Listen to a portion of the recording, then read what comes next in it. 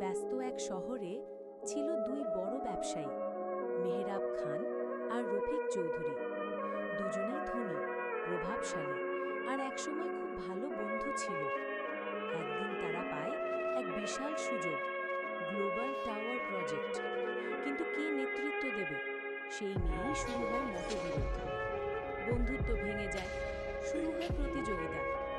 একসময় সেই প্রতিযোগিতার রূপ নেয় বিরোধে, বিরোধ থেকে দূরত্বে আর দূরত্ব থেকে বিচ্ছেদে।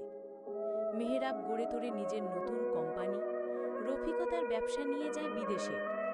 শহর জুড়ে ছড়িয়ে পড়ে তাদের দ্বন্দ্বের খবর, কেউ মেহরাবের পক্ষে, কেউ রফিকের পক্ষে। বছর কয়েক পরে এক আন্তর্জাতিক অনুষ্ঠানে তাদের দেখা হয় আবার। দীর্ঘ নীরবতার পর তারা বুঝতে পারে এই লড়াই শুধু ক্ষতি এনেছে, সম্মান নয়। তারা হাত মেলায়, সিদ্ধান্ত নেয়